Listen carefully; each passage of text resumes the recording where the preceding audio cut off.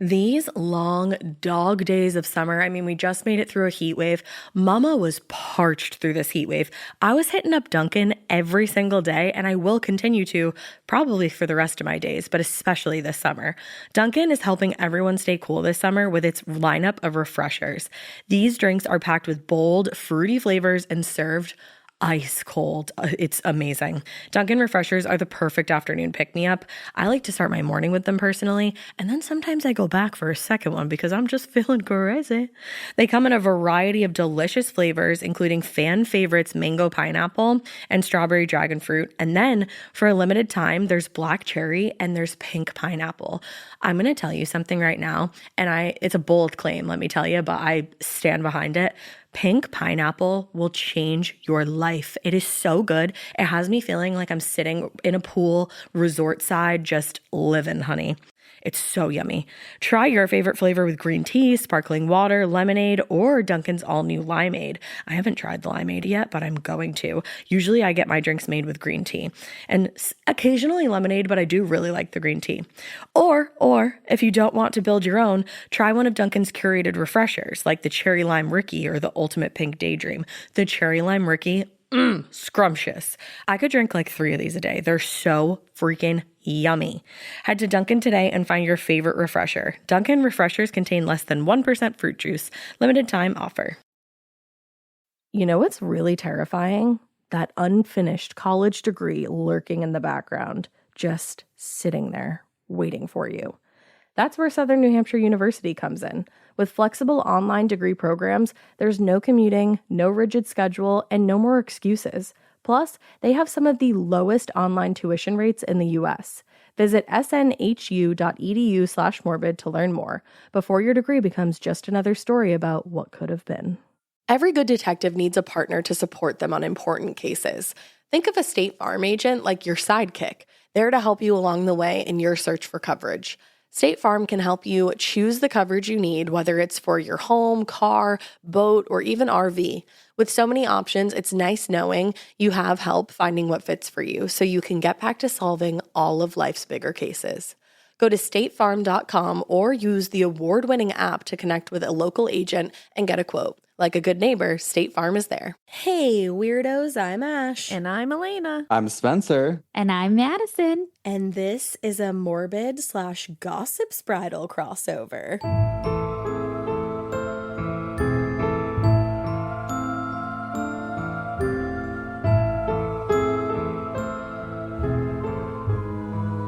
Ooh, I love hearing you say it. Yeah, we've never heard it out loud. It's so exciting. Spencer and Madison are launching a new show, fellas, and you're hearing about it here first. Gossips Bridle. It's so excited. So good. I love it. So good. You guys are going to eat it up. Yeah, we just got to listen to the first episode and I'm dying. I listened to it sitting here and I really want to listen to it like in my car driving around because that's my best podcast listening. Oh, yeah. I need to give it the real royal treatment. Give it the old one, too. Well, there's a lot of music, and so I feel like it's like a fun one to drive to. No, it is. I love the soundscaping. Yeah, though, honestly, there's not enough podcasts, in my humble opinion, that have that like fun soundscaping aspect to it because it brings you right back. Like these are like old timey fun. There's like ragtime music. It brings you back to old Hollywood. You have some like little sound effects, and I loved there's one part, I won't give away too much, but there's one part where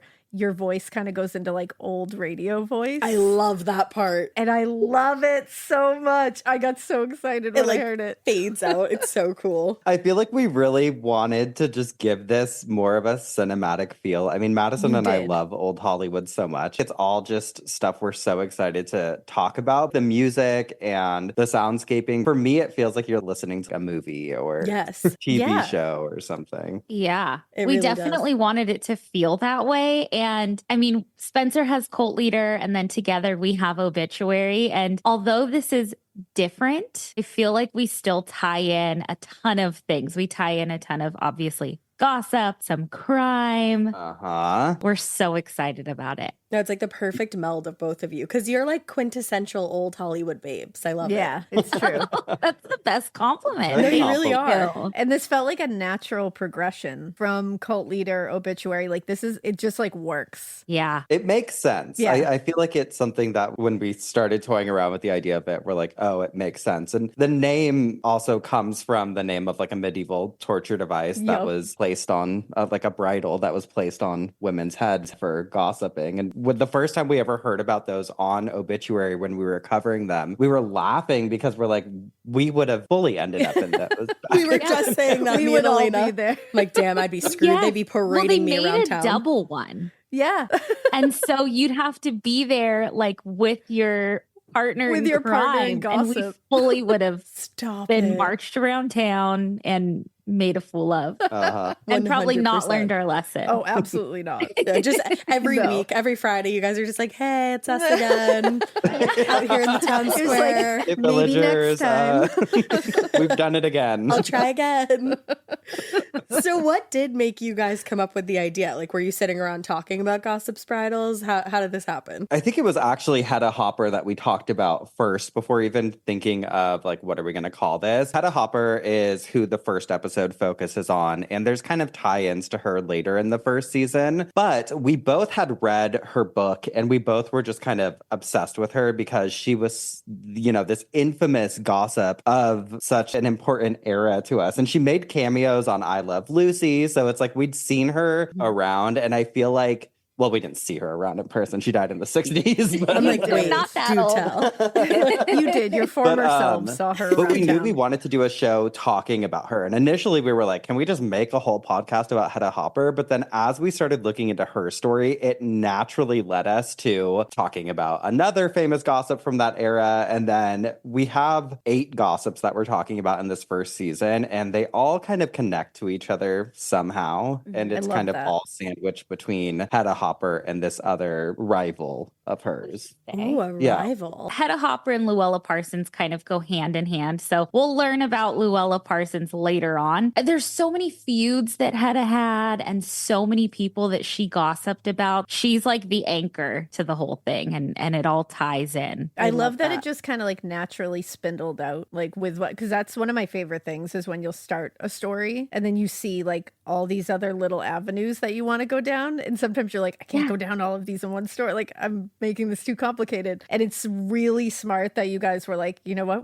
We can go down these avenues. Like, let's just make this another episode. And then it just kept spiraling. I love that. Yeah. We have the Hollywood gossips, but then we also have the investigative journalists who reported on crime and corruption. There's something for everyone, I feel like. Oh, yeah. We've got asylums. We've got old Hollywood. We've got old actors being outed. We've got everything. We've got it all. Incredible. So there's going to be 8 episodes this season. Do you guys have a personal favorite? Ooh, I do. Can you tell us who, or do you not Well- want to reveal who's going to be on each episode? I have 2. The second episode is about the first Hollywood beauty guru. Ooh. And she was so controversial.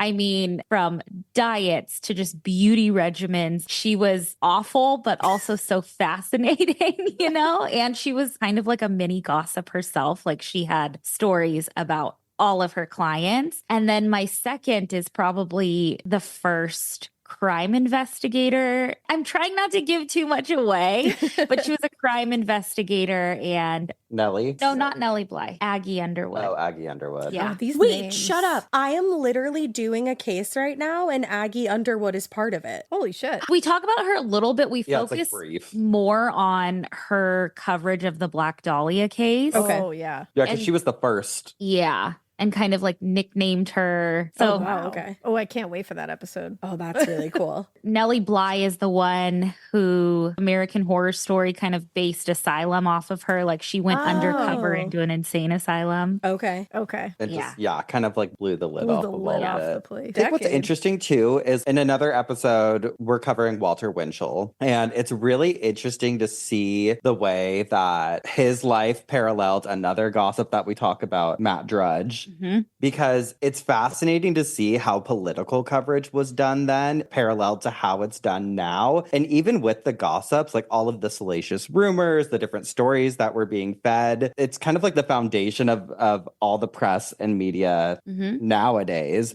I feel like we all know a lot of shit is just made up. A lot of times people are just talking out of their ass. And so it's kind of fun to look and gossip about the gossips versus gossiping about the stars. Right. Yeah, that's so a true. good way to look at it. I love that. So Spencer, who's your favorite episode? Mine probably would be Nellie Bly. Yeah. Because of her investigative work and just because there's so much work that's been based on her afterwards. But my favorite is probably Hedda Hopper. She was just the queen bee. The queen bee. Spencer and I went to Beverly Hills one day and we wanted to drive past their homes. Yeah, no, that's not weird. We wanted to see like where Hedda Hopper lived, where Llewellyn Parsons lived. And we did. We weren't a nuisance. We just, just drove a little drive by. A little slow. Yeah. And we turned the corner from Hedda's house and the street that was right by it was Bridle Street. Shut and we're like, up. Shut up. Meant to be. Wait, can we leave this in? That's kismet. Yeah. That's amazing. Yeah. So we're big into the universe signs. So being like, hell that yeah. is a sign. Absolutely. Yeah. That's we amazing. took it as a sign for sure. I love the whole show. And I don't know if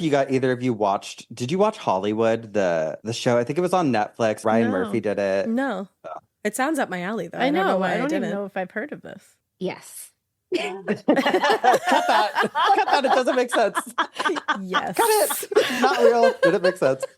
I'm trying to be professional. It's fucking 10 a.m., man. I'm not used to it. I just love yes. Have you guys watched it? No, we haven't. I don't think so. Yes.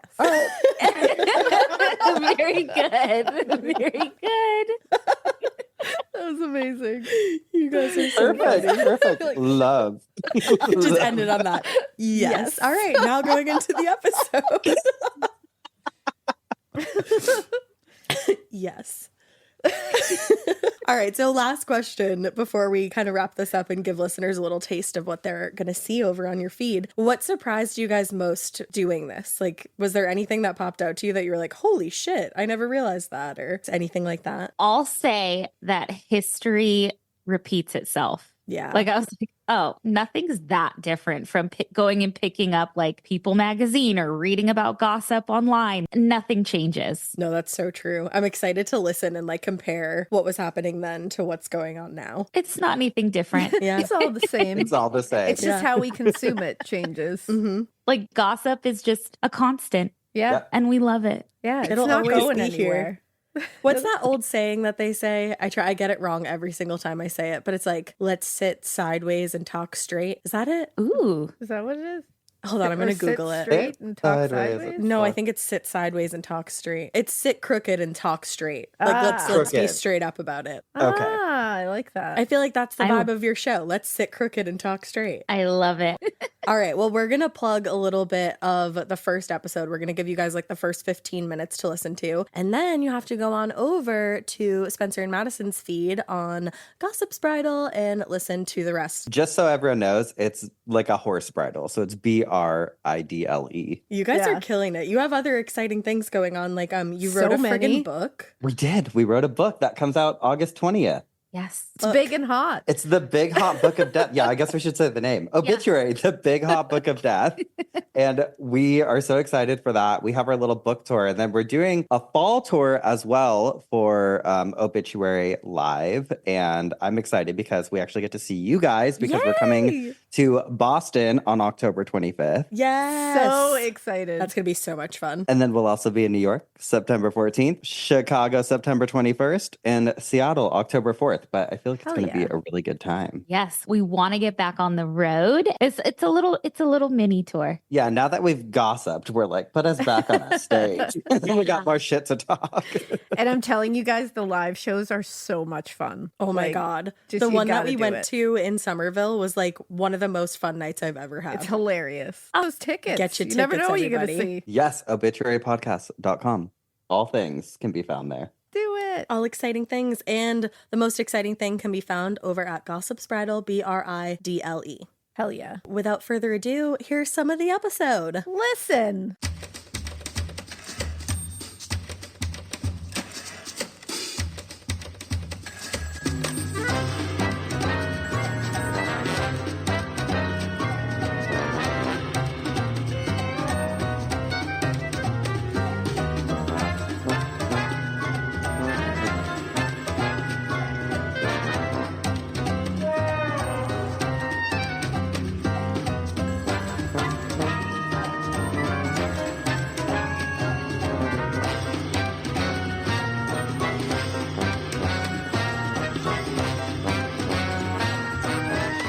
I'm Spencer Henry. And I'm Madison Reyes. You're probably wondering, why would we choose a name like Gossip's Bridle? Well, a gossip's bridle was a torture device that dates back to the 1500s, which was used to punish a gossiper. This device was primarily used on women, often at the request of their husbands. If a woman, or the occasional man, was caught gossiping or talking shit, she was made to wear an iron cage around her head with a built-in horse bridle that would go into her mouth and pinch or pierce her tongue. She would be paraded around town wearing it while on a leash, sometimes with bells on to attract attention, humiliated, and probably the subject of so much more gossip. And hopefully learned her lesson. Yeah, that she needs to leave her dumbass husband. In all seriousness, gossiping is our favorite pastime, and the thought of being so severely punished for it makes us sick. So we thought it would be appropriate to dive into the lives and legacies of some of the most polarizing and iconic gossipers who would have surely found a bridle in their mouths. Welcome to Gossip's Bridle.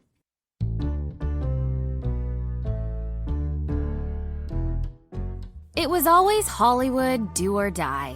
I've done, and I've died there, too. No matter what you say about the town, and anything you say probably is true, there's never been another like it. A million dreams are fulfilled every day, and a million hopes shattered. But if you have guts enough to stick it out, and even a modicum of ability, you'll wear down Hollywood's resistance. And Hollywood's resistance she wore down. We're starting the show off with one incredible gossip girl who took the golden age of Hollywood by the balls and made it her bitch.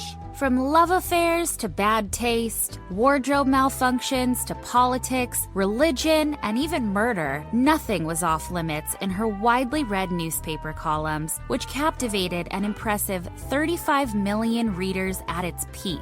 Both men and women equally feared and revered the wrath of her typewriter. Meanwhile, her Beverly Hills home overflowed with tokens of their affection. Gifts piled from floor to ceiling, mostly hats, but more on those later.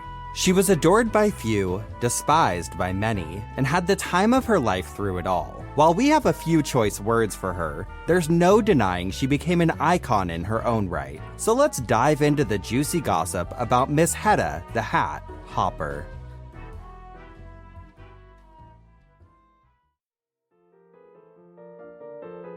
Hedda Hopper, born Elda Fury, entered this world kicking and screaming on May 2nd, 1882, though she later claimed June 2nd as her birthday, but we'll circle back to that soon. On the day she was born, her hometown of Hollidaysburg, Pennsylvania, was besieged by a fierce storm, yet young Elda's cries outdid even the loudest claps of thunder. Raised on a farm in a bustling German Quaker/Pennsylvania Dutch household, she was one of many children vying for attention. Her parents, Margaret and David Fury, a farmer and a grocer, raised a lively brood of children, including sisters Dora and Margaret, and brothers Frank, Sherman, Cameron, and Edgar. Not to mention a grandfather she couldn't stand and an uncle she absolutely adored. Quite the full house. At the tender age of 3, her family traded farm life for a meat market in Altoona, Pennsylvania.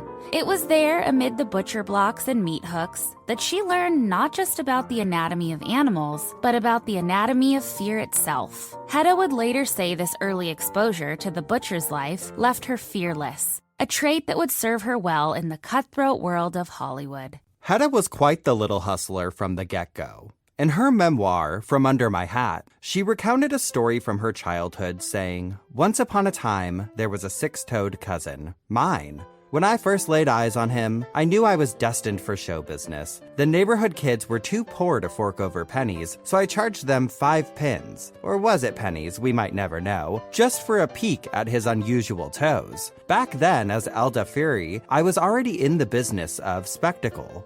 Little Elda from Altoona always dreamed big, yearning for a life far grander than her humble beginnings. In fact, she loved dreaming of fame so much her favorite day of the week was Sunday, not because it was a day of prayer, but rather for the juicy gossip in the Sunday papers. By 8th grade, life's circumstances forced her to drop out and dedicate herself full-time to the family business. While dishwashing became her unexpected specialty, life as a butcher's daughter was not her heart's desire, and her dreams of the silver screen never stopped. Though she lacked many childhood luxuries and lived in the shadow of her brothers, she did have one treasured possession, a horse named Old Fanny, which she only ever rode bareback. But our clever Elda was always hustling. She was quietly running her own little racket, skimming from the meat market's till to fund her stunts. Her big splurge? A side saddle from Sears, of course. She wanted something fancy and elegant that would surely turn heads. However, the horse's fate took an unfortunate turn when her father sent Old Fanny to the glue factory.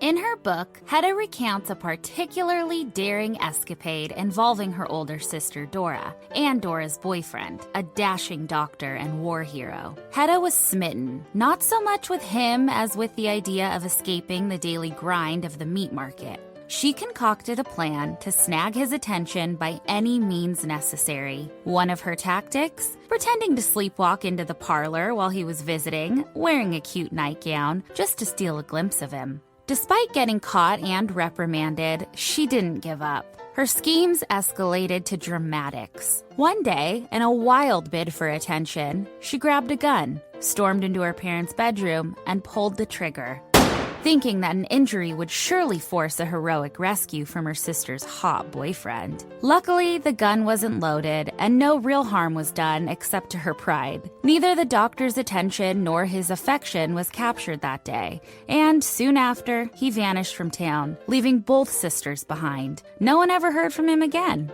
Hedda's fascination with men in medicine didn't end there. She later dated a dentist during her teens, but that romance fizzled fast. She promptly broke things off after seeing him in a bathing suit. He was just too skinny and hairy for her liking.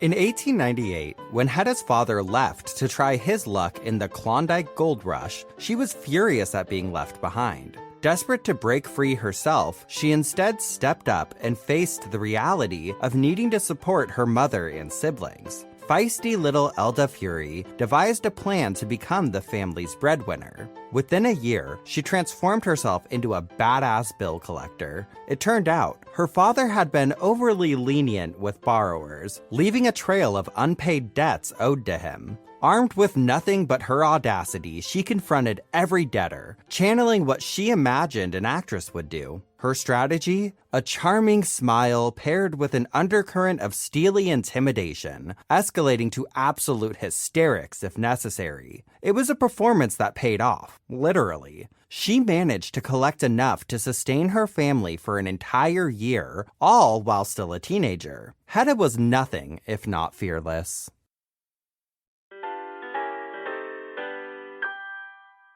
When Hedda, still Elda at the time, was just 17, she decided she'd had enough of her provincial life and was ready for the big city lights. In her memoir, she quips, "I left home to escape the heritage of being a butcher's daughter. It seems ironic that I was to spend the rest of my life dealing in ham." With a suitcase and $250 pinched from the meat market's till, she boarded a train bound for New York City. Once there, she sought out her Uncle Sam, who offered her a temporary home. It was her first bold leap into a new life, one step closer to the dazzling world of showbiz she'd always dreamed of. Though today she's most known as Hollywood's premier purveyor of gossip, Hedda Hopper first graced the spotlight on the Broadway stage. Her passion for theater began at the Carter Conservatory of Music in Pittsburgh, well before she made her escape to New York. Upon arriving in the Big Apple, she joined the chorus line on Broadway. Hedda herself admitted that, though undeniably loud, she was neither a gifted singer nor a skilled dancer. The legendary Florence Ziegfeld of the Ziegfeld Follies famously dubbed her a clumsy cow during an audition. Yet, through sheer determination, relentless practice, and the undeniable appeal of her great legs, she managed to carve out a place for herself in the world of theater. A couple of years into her career, she snagged a role as an understudy in a theater company, where she ended up getting far more than she initially bargained for.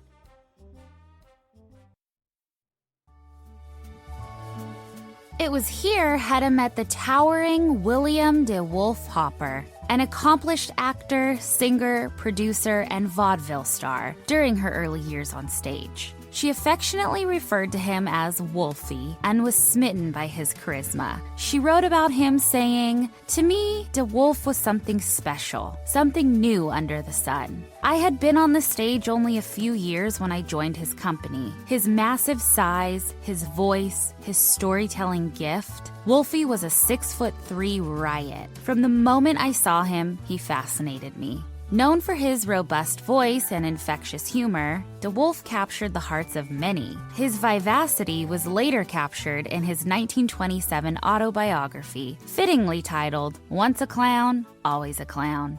Wolfie was considerably older than Hedda, around 55 to her 18 when they first met. Despite the massive age difference, which was even greater than that between her and her own father, they fell deeply in love. After her final performance in The Quaker Girl in 1931, Hedda made a bold move. She went to a jewelry store, bought herself a ring for $23, and secretly married Wolfie that very night in his hotel room.